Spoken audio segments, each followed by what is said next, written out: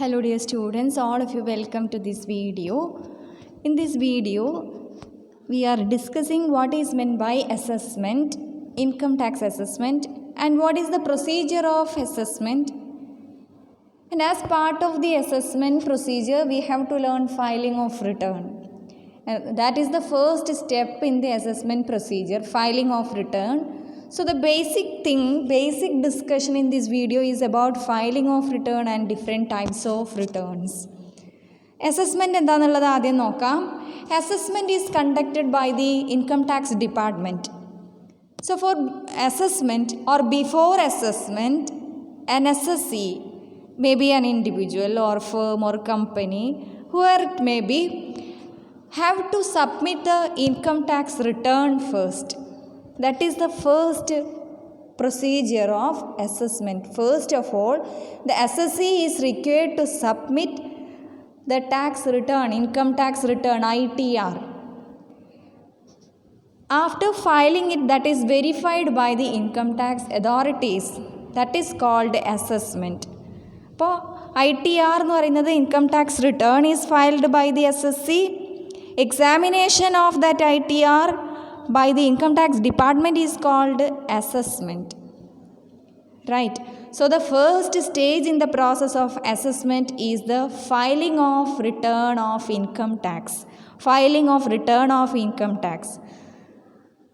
After filing that return, that is evaluated, examined by the income tax authorities, the details submitted by the taxpayer in their return is evaluated, that is processed by the income tax department. That processing, that examination, that verification of the ITR by the income tax department is called assessment. Okay, അപ്പോൾ assessment എന്താണെന്നുള്ളത് മനസ്സിലായിട്ടുണ്ടാകും. അതിൻ്റെ procedure first thing എന്ന് പറയുന്നത് SSC return file ചെയ്തിരിക്കണം, income tax return file ചെയ്തിരിക്കണം.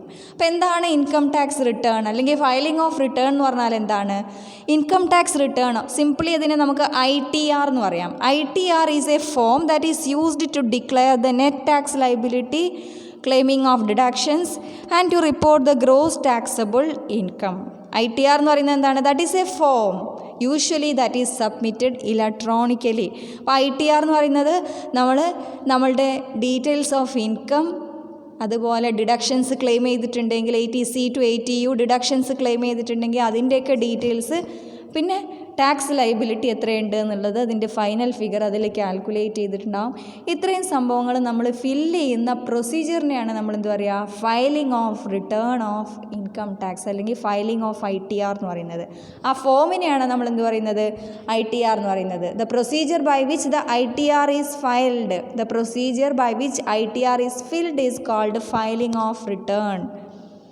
അപ്പോൾ അതാണ് first step. അത് SSC ആണ്. ഇപ്പോൾ നമ്മളുടെ എക്സാമ്പിളിൽ ഇപ്പോൾ ഡിഗ്രിക്കൊക്കെ ആണെങ്കിൽ ഇൻഡിവിജ്വൽ അസസ്മെൻ്റ് ആണ് പഠിക്കാനുള്ളത്. അപ്പോൾ ഇൻഡിവിജ്വൽ അത് ഫില്ല് ചെയ്യുന്ന പ്രൊസീജിയറാണ് ആദ്യം ചെയ്യേണ്ടത്. അത് ഫില്ല് ചെയ്ത് കഴിഞ്ഞ് സബ്മിറ്റ് ചെയ്ത് കഴിഞ്ഞിട്ടുണ്ടെങ്കിൽ verification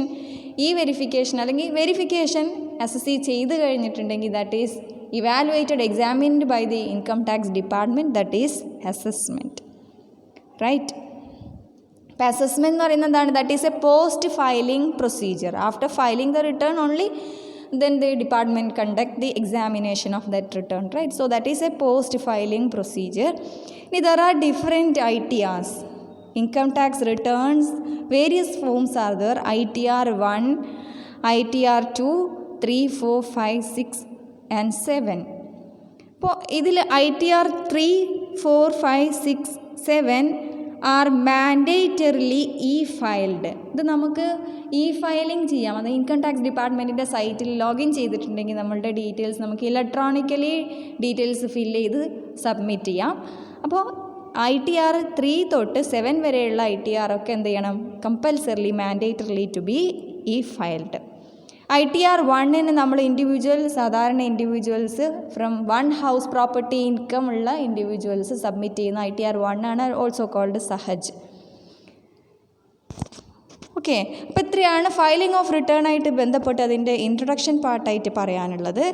next what are the different types of filing of income tax returns, അല്ലെങ്കിൽ വാട്ട് ആർ ദി ടൈപ്സ് എന്നുള്ളത് നോക്കാം.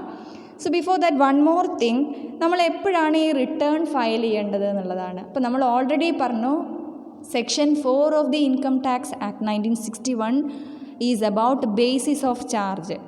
The general principles of income tax emerges from section 4.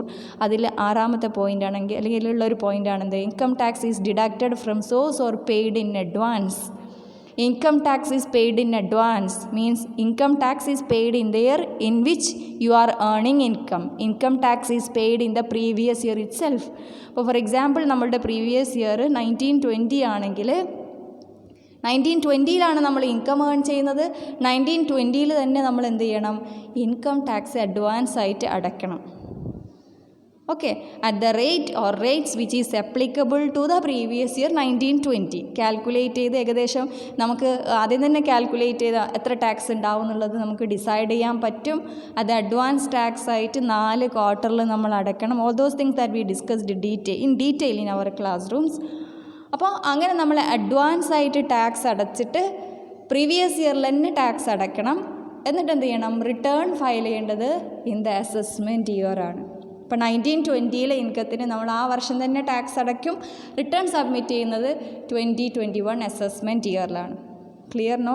അപ്പോൾ റിട്ടേൺ സബ്മിറ്റ് ചെയ്യാൻ there is a due date. Generally that is 31st July for individuals and non audit cases and 31st September for audit cases. Usually നമ്മളത് 31st July ആണ് ഇൻഡിവിജ്വൽസിനൊക്കെ ഉള്ളത് of the assessment year, concerned assessment year. അപ്പോൾ നമ്മളുടെ എക്സാമ്പിളിലാണെങ്കിൽ 31st July 2020. 2021 is our assessment year, right? അപ്പോൾ കോവിഡിൻ്റെയൊക്കെ പശ്ചാത്തലത്തിൽ അല്ലെങ്കിൽ because of this corona pandemic, and this was extended up to January 10th, 2021. The time for filing the return of income for individuals and non-audit cases extended by the department, by the authorities, by the central government up to January 10th, 2021. And for audit cases it is extended up to February 15th, 2021. It was extended, first of all it was extended up to November 30th, then again 31st December, then it was again to 10th January and 15th February for audit cases. But usually the government extends the date of filing of return of income, but generally that is up to 31st July for individuals and audit cases, and for others like companies that is 30th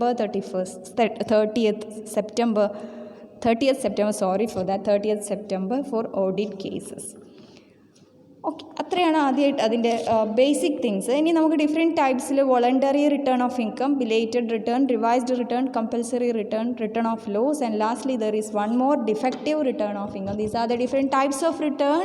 ഇപ്പോൾ return of income എന്ന് പറയുന്നത്, income tax return എന്ന് പറയുന്നത് എന്താണ്, നമ്മളുടെ ഇൻകത്തിൻ്റെ details, deductions, tax liability, ഇതെല്ലാം നമ്മൾ ആ ഫോമിൽ പെർട്ടിക്കുലർ ഫോം ഏത് ഫോമാണോ അപ്ലിക്കബിൾ ആയിട്ട്, ITR 1 to 7 ഉണ്ട്, അതിലേതാണോ അപ്ലിക്കബിൾ ആയിട്ടുള്ളതിൽ ഫില്ല് ചെയ്യുന്ന പ്രൊസീജിയറാണെന്ത്, filing of return of income.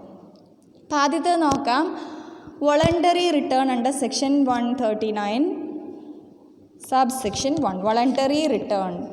Voluntary return means every person who is bound to furnish voluntarily a return of income if the income exceeds the minimum taxable limit or if the income exceeds the prescribed limit. So before the due date, ഇപ്പോൾ നമ്മൾ due date പറഞ്ഞിട്ടുണ്ട്, ആ due ഡേറ്റിന് മുന്നേ നമ്മളുടെ ഇപ്പോഴത്തെ assessment year ആണെങ്കിൽ that is up to 10th January 2021.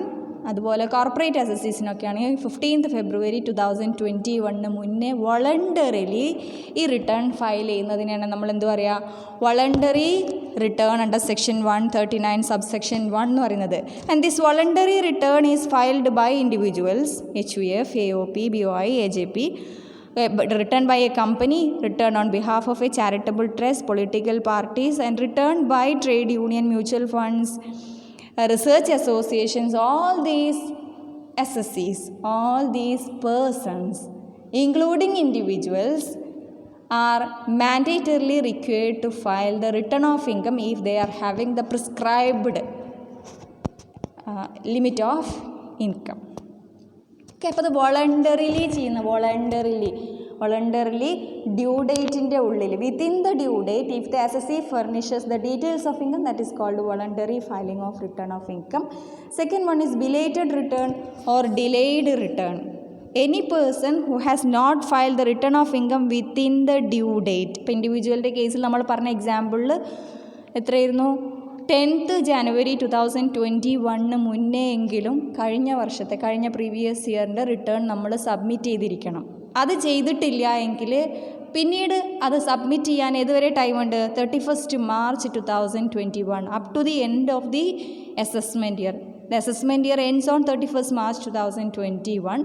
So before that, after 10th January, but before 31st March 2021, if the assessee is filing the return of income, that is called belated return of income. ഇനിയിപ്പോൾ audit കേസിലാണെങ്കിൽ കമ്പനീസൊക്കെ ആണെങ്കിൽ 15th മാർച്ചിന് ശേഷമാണ് അവർ file ചെയ്യുന്നത്, 15th ഫെബ്രുവരിക്ക് ശേഷമാണ് file ചെയ്യുന്നത്. But before 31st March 2021, that is called a belated return of income. If the assessee files a return in a delayed manner, they are liable for a penalty up to rupees 10,000. That may depends. ഏത് penalty ആണെന്നുള്ളത് that depends upon the case. And they are having a reduced time for revising their return. Revised return എന്താണെന്നുള്ളത് നമ്മൾ next discuss ചെയ്യും, അപ്പോൾ നിങ്ങൾക്ക് ഒന്നും കൂടെ clear ആകും. And sometimes they are liable for a penalty up to rupees 10,000 and they are getting only reduced time for revising return and they are obliged to pay 1% interest for every month for that delay and they are not allowed to carry forward their losses and the assessee is facing a delay in receiving refunds. Okay, അപ്പോൾ എന്താണ് belated return എന്നുള്ളത് clear ആയല്ലോ. assessee doesn't file the return of income within the due date but files after this timeline is called a belated return and that is filed before the end of the relevant assessment year. In our example, that is 31st March 2021.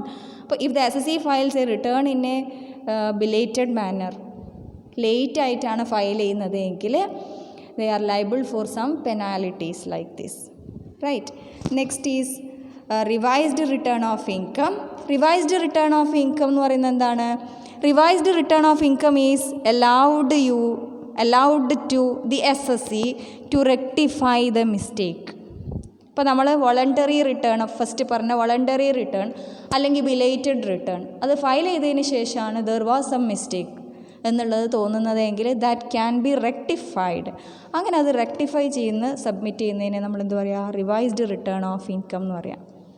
Okay, if A person furnished A voluntary written or A belated return and later he identifies some of the mistakes that he committed while filing the return of income which can be rectified and that rectified return can be submitted, that is called a revised return of income.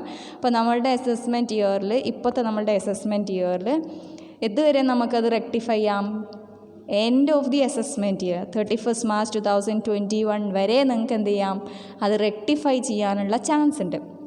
ഇപ്പോൾ ഒരു assessee belated return ലേറ്റായിട്ടാണ് already submit ചെയ്യുന്നത്, അതുതന്നെ 31st മാർച്ചിന് മുന്നേ submit ചെയ്താൽ മതി. Belated return 31st മാർച്ചിനാണ് അത് submit ചെയ്യുന്നത് വിചാരിക്കുക. എന്നിട്ട് എന്തെങ്കിലും മിസ്റ്റേക്ക് ഉണ്ടെങ്കിൽ the assessee is having no chance to rectify the mistake or is having no chance to submit a revised return of income.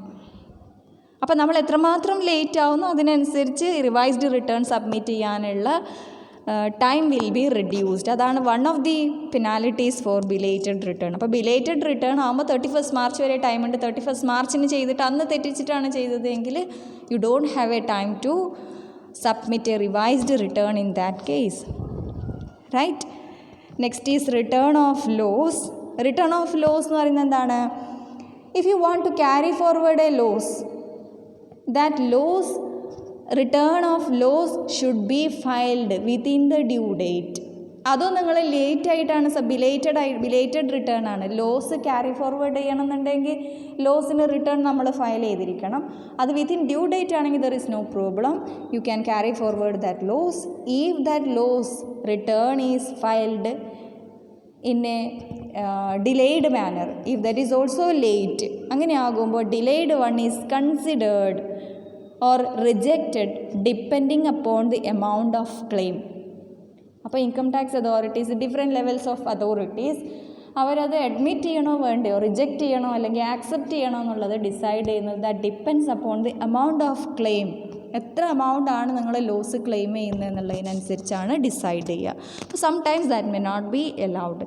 So if there is a loss which you want to carry forward, you have to submit, you have to file a return of loss also. Next is compulsory return. Compulsory return എന്ന് പറയുമ്പോൾ a person is actually required to file the return of income, but that person is not yet submitted that return of income. In that case, the assessing officer may serve a notice on such person requiring him to furnish the return. എന്താണ്, നമ്മൾ usually voluntarily file ചെയ്യും. ഇനി അത് ചെയ്തിട്ടില്ല എങ്കിൽ എന്ത് ചെയ്യും, assessing officer will serve you a demand. A notice will serve you a notice will be send to the defaulting as in default. അപ്പോൾ നമ്മൾ എന്ത് ചെയ്യും, we are bound to furnish the details of income. That is called compulsory return. In that case, the assessee is liable for the interest for the late furnishing of return of income. And last one is defective return of income. Defective return of income means when the assessing officer consider that the return of income furnished by the assessee is defective, the assessing officer will intimate the defect and an opportunity is given to the assessee to rectify the defect within a period of 15 days from the date of such intimation. ഇപ്പോൾ എന്തെങ്കിലും mistakes ഉണ്ട് എങ്കിൽ എന്ത് ചെയ്യും, assessing officer അത് അസസ്മെൻറ്റിൻ്റെ സമയത്ത് അത് identify ചെയ്തിട്ടുണ്ടെങ്കിൽ that will be intimated to the SSC, intimated to the individual. In our case if you are learning individual assessment, അപ്പോൾ എന്ത് ചെയ്യും, within 15 days of that intimation the assessee is required to rectify that. അപ്പോൾ ഇത്രയാണ് different types of returns നിങ്ങൾക്ക് പഠിക്കാനുള്ളത്. അപ്പോൾ return എന്ന് പറയുന്നത് ഇൻകം ടാക്സ് ഡീറ്റെയിൽസ്, ഇൻകത്തിൻ്റെ details, deductions and tax details, everything in a prescribed format. If you are filling, that is called filing of return. That is the first step in the procedure of assessment of income tax. And there are different types. And this return should be verified and should be signed. Return should be verified and signed. In case of individual, അപ്പോൾ നമ്മളൊക്കെ individual return file ചെയ്യുമ്പോൾ നമ്മൾ individuals തന്നെയാണ് അത് verify ചെയ്യേണ്ടത്. അപ്പോൾ നമുക്കത് verify ചെയ്യാം. അതല്ലെങ്കിൽ വെരിഫിക്കേഷൻ മീൻസ് നിങ്ങളുടെ നെറ്റ് ബാങ്കിങ് അക്കൗണ്ട് വഴി അല്ലെങ്കിൽ ആധാർ കാർഡ് യൂസ് ചെയ്തിട്ട് you can verify. Otherwise you can take the print out of that return and that should be signed and that should be sent to the income tax office. In our case it is Bangalore office that we have to send the hard copy of that return details acknowledgement, right? Otherwise അത് നമ്മൾ send ചെയ്തിട്ടില്ല എങ്കിൽ അല്ലെങ്കിൽ Aadhaar use ചെയ്തത് അല്ലെങ്കിൽ bank details use ചെയ്ത് verify ചെയ്തിട്ടില്ല എങ്കിൽ നമ്മളുടെ റിട്ടേൺ പ്രോപ്പർലി സബ്മിറ്റഡ് ആയിട്ട് കൺസിഡർ ചെയ്യില്ല. And in case of companies that is signed by the principal officer, usually that will be the company secretary or the managing director or someone like who will be the principal officer of the company. And in case of HUF, the Karta will be the person responsible for that. And in case of a firm, the managing partner. Political parties in the case, the chief executive officer of such party will be responsible. Likewise, for different types of assessees, that should be verified. The return should be verified. എന്നാൽ മാത്രമേ നമ്മൾ എന്ത് ചെയ്യാൻ പറ്റുള്ളൂ, verification ചെയ്താൽ മാത്രമേ filing of return അല്ലെങ്കിൽ income tax return file ചെയ്തത് കംപ്ലീറ്റ് ആയിട്ട് കൺസിഡർ ചെയ്യുള്ളൂ. Okay. So these are the things that we plan to discuss in this video. Hope it is clear to you.